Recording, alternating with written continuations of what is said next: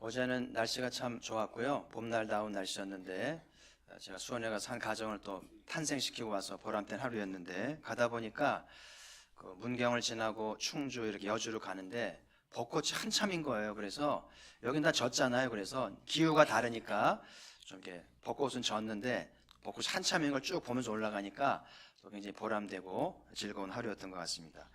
또 많은 분들이 오셔서 또 이웃들과 축하해 주는 모습도 감사한 시간이었고요. 또 신랑 신부가 얼마나 제 설교를 잘 듣는지 제가 감동이 될 정도로 참 귀한 가정이 되리라 기대가 됩니다. 오늘 말씀은 물이 없어서 모세와 다투는 장면으로 시작이 되는데요. 하여튼 이스라엘 사람들은 뭔가 결핍이 되고 뜻대로 되지 않으면 입버릇처럼 하는 말들이 있었는데, 오늘 본문에 나오잖아요. 형제가 죽을 때 우리도 죽었으면 좋았을 거를 죽는 얘기하고 있어요. 또 어찌하여 광야로 인도하여 죽게 하느냐, 어찌하여 광야에 이렇게 나쁜 곳으로 인도해냈느냐, 그러면서 뭐도 없다 그래요. 뭐도 없고 다 없는 것 뿐이잖아요. 그러면서 이 불평을 하는 모습을 봅니다. 이렇게 말하는 것은 마치 자식이 뭔가 불편하고 화가 났을 때 엄마한테 하는 말이 왜 나를 낳냐, 내가 낳았을 때 왜 죽지 않고 살았냐, 이렇게 말하는 것과 다를 바 없다는 생각이 들어요. 부모가 힘들게 낳아서 길러놨더니 왜 낳냐 그러니까 말이 안 되잖아요. 저 중학교 때 한번 이렇게 말한 적이 있는데요. 지금까지 후회가 되거든요. 그렇게 말하지는 말았어야 되는데 그게 엄마한테 할 말입니까? 아무리 힘들어도 생명을 낳아주신 부모님께 그렇게 말하는 것은 도리가 아니라는 생각이 들고요.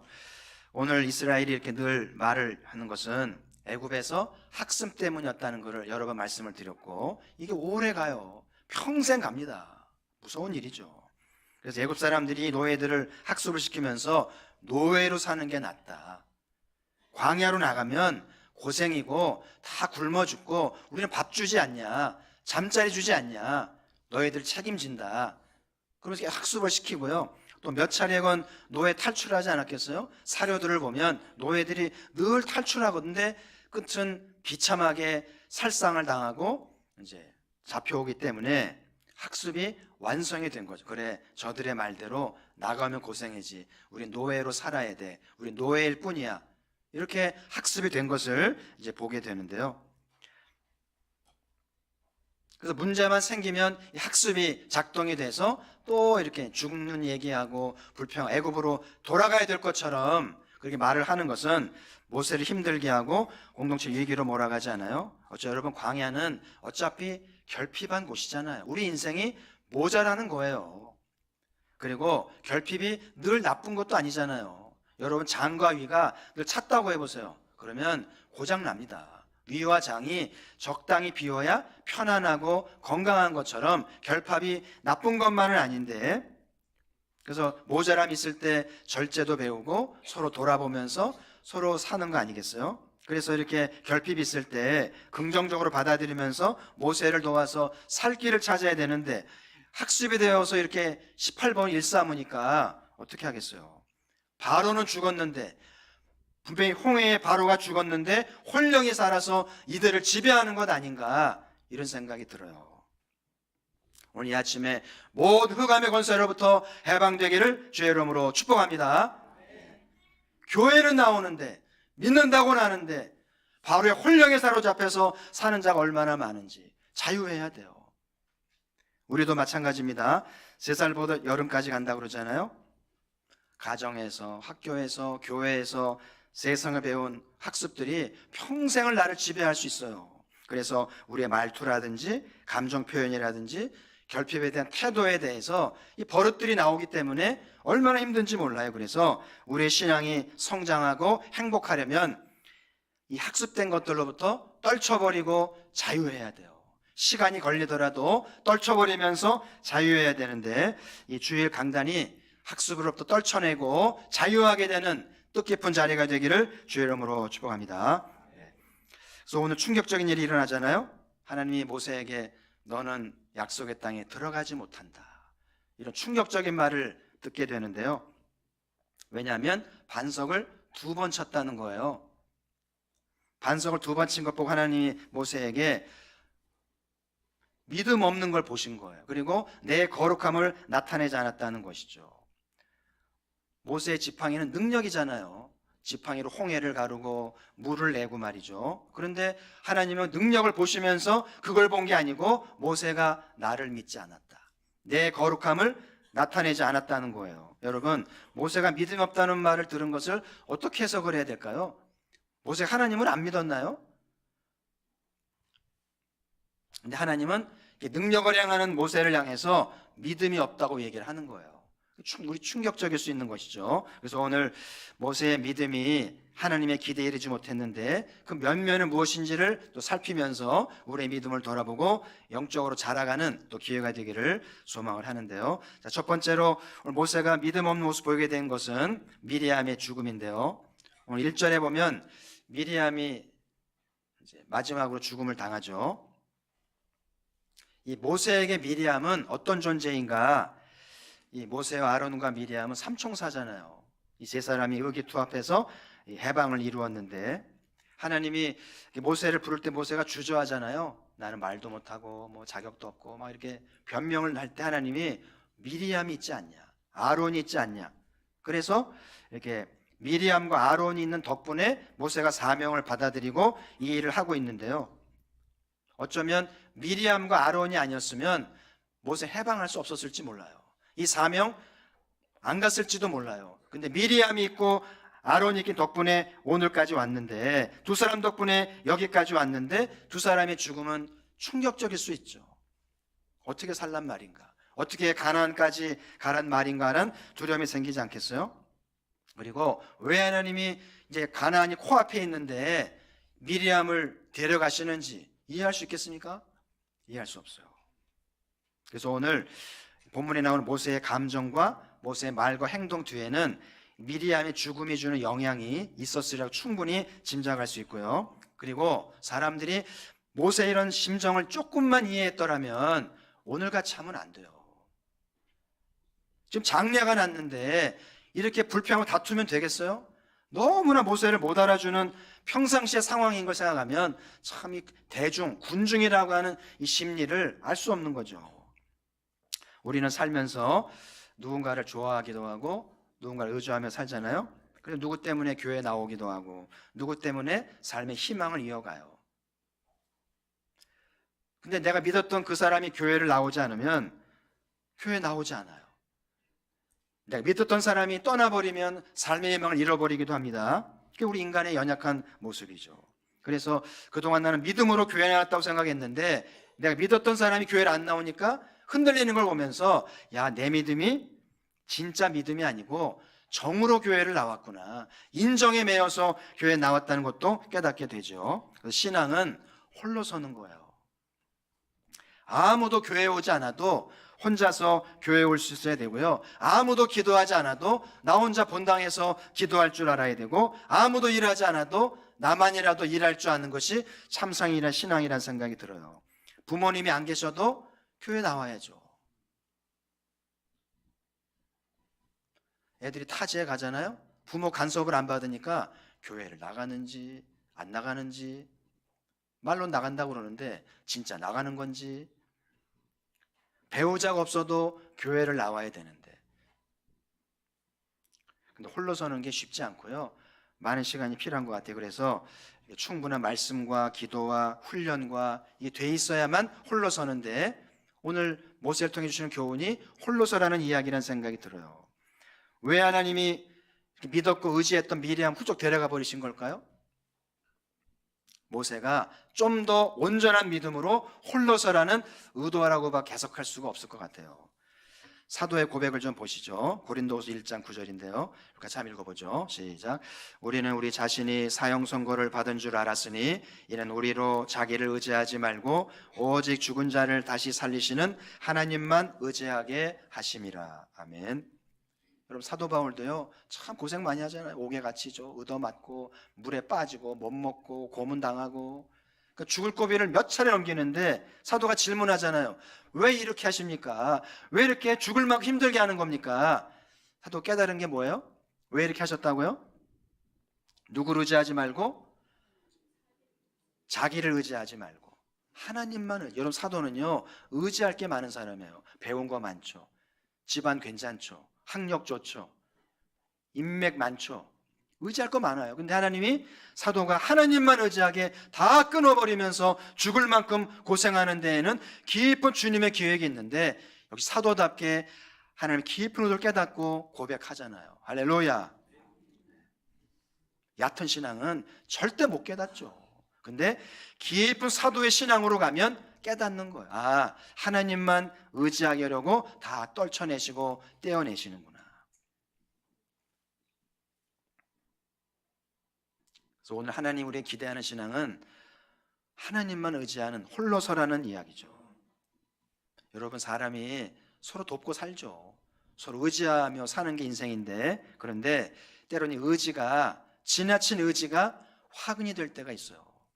지나치게 부모를 의지하고 지나치게 배우자를 의지하고 지나치게 사람 의지하는 것이 좋을 수만은 없어요. 화가 될 수 있고 배신을 당해보세요. 발등 찍힌 거 하잖아요. 못 삽니다.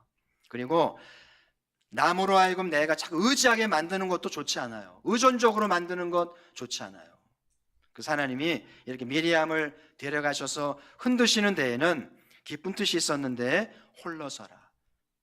사람을 의지하지 말고 남으로 의지하게 만들지 말도록 하려는 뜻이 있다고 생각해요. 그래서 오늘 모세가 비록 미리암을 잃고 잠시 흔들렸습니다마는 다시 한번 홀로서는 신앙으로 하나님만 의지하는 기회가 된 것이 귀하다는 생각이 들어요.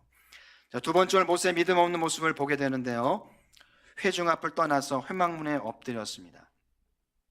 모세가 백성들과 이렇게 다투면서 회막을 떠날 때 어떤 감정이었을까요? 얼마나 힘들고 괴롭고 설상가상, 미리암도 없는데 또 감정이 상했으니까 힘들어서 한두 번도 아니고 40년 가까이 늘 공격하고 늘 이렇게 다투니까 얼마나 힘들었을까요? 그래서 회막문 앞에 엎드린 거죠. 잘 보실 것은 이 엎드린다는 게 성경 예배하는 거거든요. 성경에서 엎드린다는 거는 예배한다는 뜻인데, 오늘 모세가 예배한 것 같습니까? 얼핏 보면 예배한 것 같은데 예배한 게 아니에요. 우리도 예배 드리잖아요. 예배하고 있습니까? 지금 엎드려 있습니까? 저도 경험합니다만은 늘 교회 오고 늘 기도하는데 실제 예배하는가? 실제 기도하는가? 그냥 엎드려 있는 거예요. 그냥 앉아 있는 거예요. 왜냐하면 예배가 안 되거든요. 삶이 힘들고 막 상념이 잡히고요. 복잡한 일 많고요. 예배 끝나면 할 것도 많고요.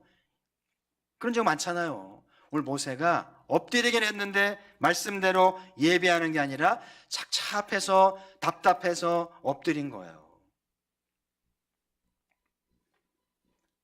여호수아 8장에 보면 여호수아도 그런 경험을 하는데요, 아이성 전투에 패배를 했어요. 여리고에서는 큰 성과를 내면서 즐거웠는데 삼각지도 않게 이 작은 전쟁에서 실패하면서 수천 명을 잃어버렸거든요. 그래서 여호수아가 충격을 받고 어떻게 했냐면 여호와 교회 앞에 모세처럼 엎드렸어요. 한두 시간이 아니라 하루 종일 엎드려서 답답해하고 당황하고 번민에 빠지는데요, 하나님이 참다 못해서 하나님 여호수아를 부르죠. 그러면서 일어나라. 왜 엎드려 있냐? 일어나라 그러면서 문제 실마리를 찾으라고 하면서 이제 돌파를 찾게 하시거든요. 그래서 오늘 하나님 우리의 기대하시는 믿음은 어떤 상황에서도 예배자가 되는 거예요. 그냥 어이가 없어서 힘들어서 엎드리는 게 아니고 예배자로 엎드리는 것을 바라신다는 것이죠.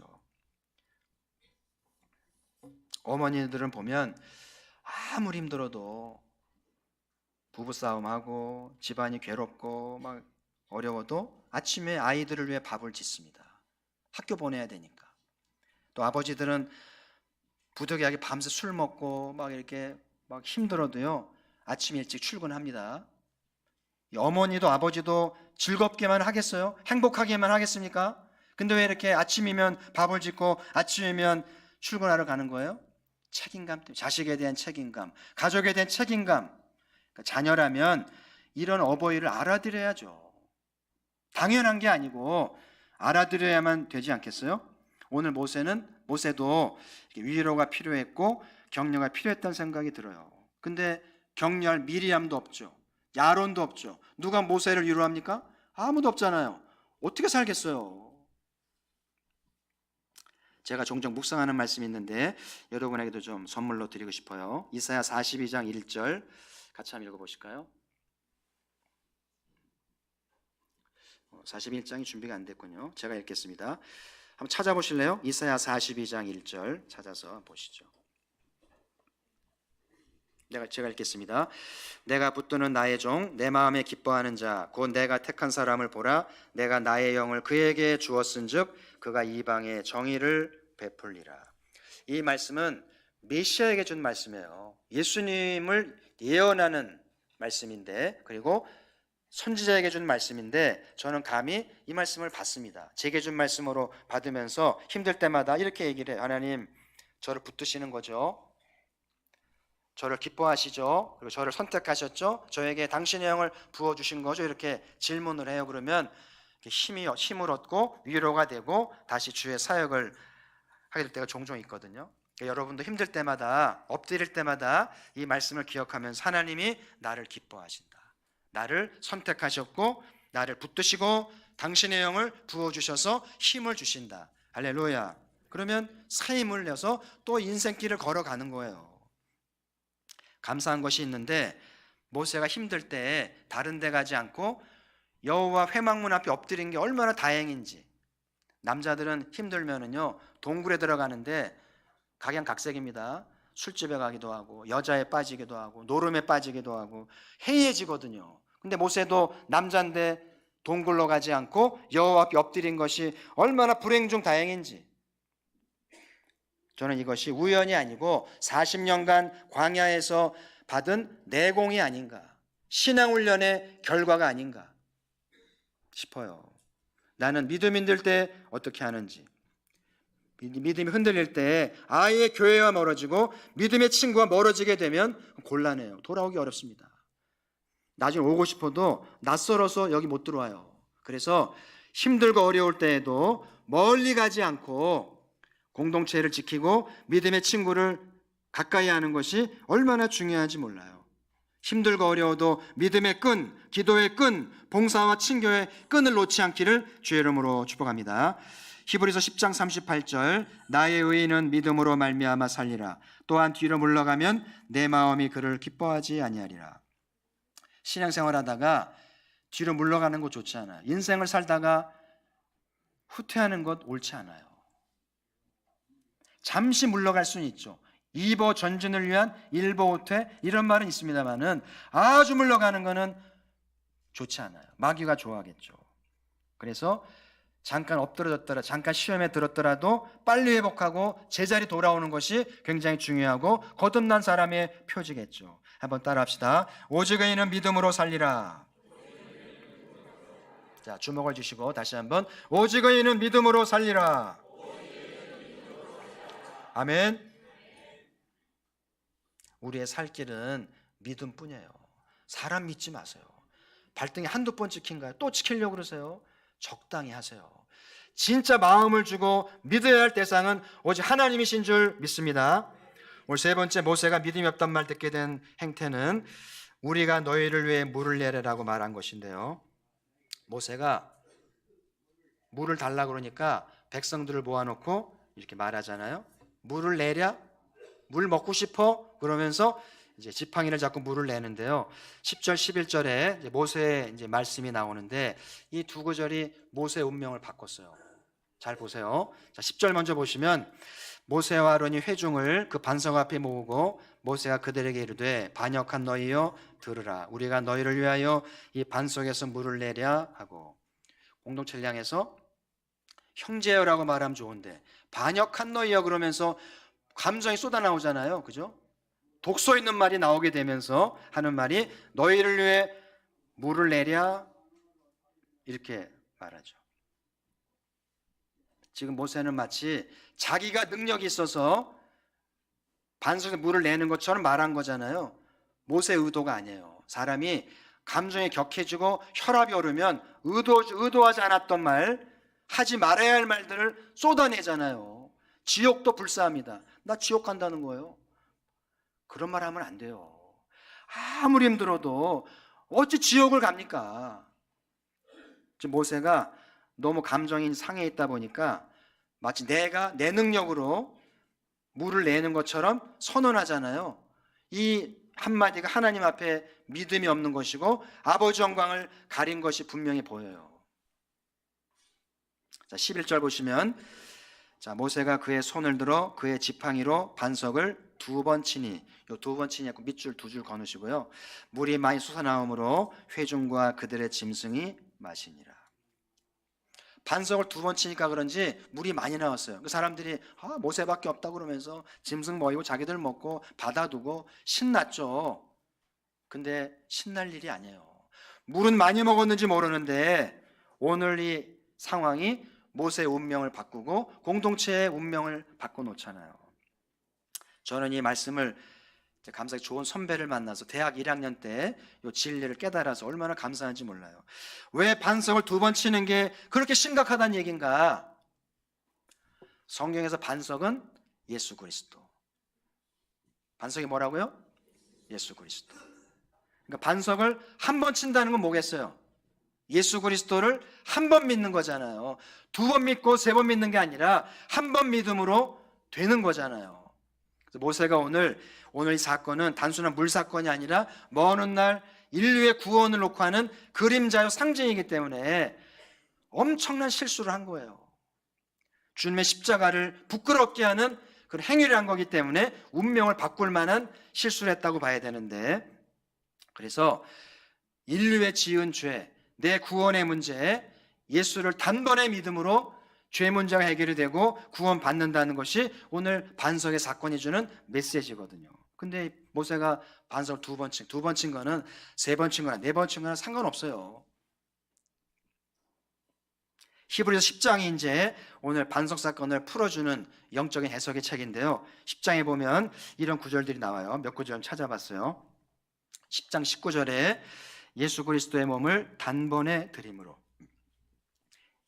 예수님의 십자가에서 한 번 죽으셨는데 이 한 번 죽으심이 과거, 현재, 미래의 모든 죄를 사유하시고 모든 일을 구원하신다는 거예요. 한 번, 반석 한 번 친 거. 자, 12절, 오직 그리스도는 죄를 위하여 한 영원한 제사를 드리시고.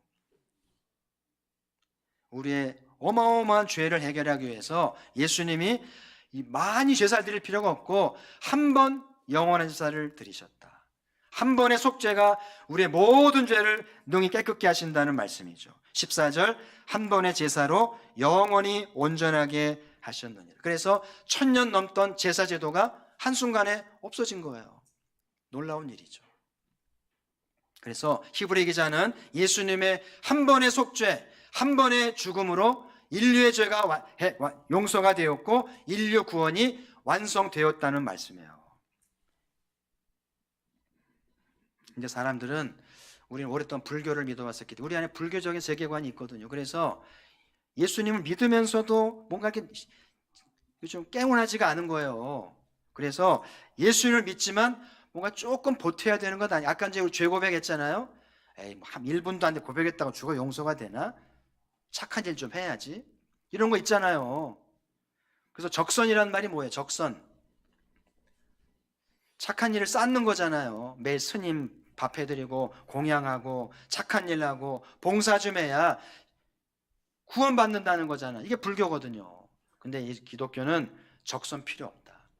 봉양 필요 없고 예수님을 한 번의 믿음으로 죄가 용서받고 구원받는 줄 믿습니다. 이게 분명한 신앙이 돼야 돼요. 그래야 바른 봉사가 되고 바른 행위가 되고 바른 섬김이 되는 것이죠. 오늘 모세의 반석을 2번 친 행위는 예수님 십자가를 욕되게 한 거예요.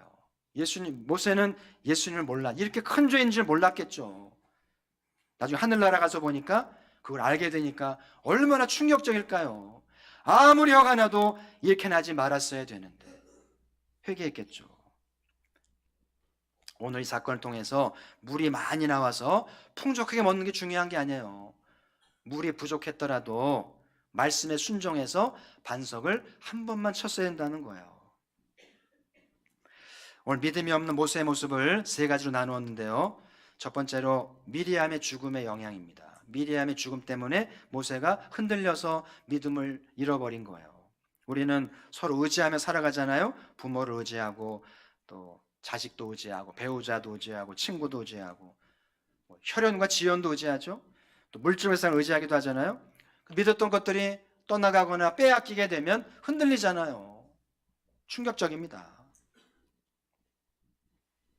왜 하나님은 사랑하는 것을 뺏어가는 걸까요? 왜 의지하는 것들을 데려가는 걸까요?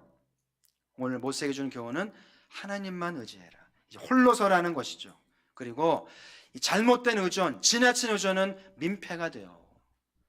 너 부모 힘들게 하지 마세요. 배우자 너무 힘들게 하지 마세요. 친구 너무 힘들게 하지 마세요. 내가 홀로 서는 것이 돕는 것이고 서로 협력하는 거잖아요. 건강한 의존이 되라는 것도 포함되겠죠. 이번 한 주간도 말씀을 기억하면서 홀로 서는 연습을 하시길 바라고 혼밥도 좀 드세요. 혼밥도 드시고요. 홀로 교회 와보시고 자기만과의 대화도 해보시고 누군가를 의존하시는 마음 절제하세요. 손 내밀지 말고 자기 힘으로 하나님만 의지해서 승리하기를 주의 이름으로 축복합니다. 하나님이 도우셔요. 이번 특세 때 하늘문을 배웠잖아요. 하나님께 나아가서 응답을 받고 책임져지기를 소망을 합니다. 두 번째는 모세를 회중을 떠나 엎드린 것인데요. 엎드리는 것은 예배하는 것인데 얼마나 힘들었으면 엎드려 있었을까요? 어쩜 우리 중에 오늘 지금 예배 드리지 못하고 엎드려 있는 분인지 모르겠어요. 이해해 드립니다. 답답하지만 이해해야 되고 기다려줘야 돼요. 예배가 안 되는데요. 기도가 안 되면 어찌게 되겠어요? 근데 감사한 것은 모세가 멀리 가지 않았다는 거죠. 방황을 해도 시험에 들어도 엎드려도 먼데 가지 않고 회막문 앞에서 엎드렸기 때문에 죄 짓지 않고 빨리 돌아온 거예요. 우리가 보기 모든 성도들은 힘들 때가 있고 엎드릴 때가 있어도 너 멀리 가지 마시고 너무 방황하지 마시고 주께 돌아와서 빨리 회복되기를 주의 이름으로 축복합니다. 오직 의인은 믿음으로 삽니다. 믿음만이 사는 것을 기억하면서 승리하시길 바라고, 세 번째로 모세가 내가 물을 내라고 말하였는데요. 오늘 이 말 한마디가 운명을 바꿨잖아요. 사람이 감정이 있으면 실수를 해요. 감정을 추스려야 돼요. 감정을 다스리십시오. 감정 있을 때는 말하지 마세요. 아무것도 하지 않는 게 좋습니다. 그래서 감정을 추스리지 못해서 하지 말아야 할 말을 내뱉음으로 모세가 운명을 바꿨잖아요. 보세요. 40년 어마어마한 고생을 하고 업적을 쌓았는데 한순간에 다 망가뜨렸어요. 이게 인생입니다. 근데 반대로 40년 잘못 살았는데, 평생을 잘못 살았는데 한 번 잘해서 만회할 수 있고 좋은 날 볼 수 있어요. 이게 기독교 신앙입니다. 사랑하는 성도 여러분, 능력은 내 것이 아니에요. 내게 있는 물질, 내게 있는 자식들, 내게 있는 능력과 재능, 내 것이 아닙니다. 내 거라고 착각하는 순간 하나님이 다 가져갑니다. 그래서 늘 겸비해야 되고 늘 겸손하게 주의 것임을 기억하면서 공과 사를 구분하세요. 감정적으로 상한 게 있더라도 공은 공이고 주의 일은 주의 일이죠. 그게 성숙한 신앙이에요. 이번 한 주간 고난 주간인데요. 누가 주의 마음을 알까요? 아무도 모세의 마음을 알아주지 않았잖아요. 오늘날 누가 주의 마음을 알아주고 누가 이 길을 걸어가시는 주님의 고통과 고뇌를 알아드릴까요? 복음서에 보면 마리아, 이름 없는 마리아가 자기 결혼 지참금을 깨서 예수님의 고난을 기념하여 발에 부어드리잖아요. 그 마리아의 행동이 얼마나 주님의 위로가 되고 기쁨이 됐을까. 우리 가포교회에 이런 한 사람이 있었으면 좋겠어요. 주님의 마음을 헤아리고 기꺼이 값을 지불하면서 주님을 격려하고 위로해드릴 줄 아는 주의 마음을 가진 자가 있어서 하나님 기뻐하는 가포교회 되기를 주의 이름으로 축복합니다. 하나님 아버지, 오늘 복된 귀한 날 예배합니다.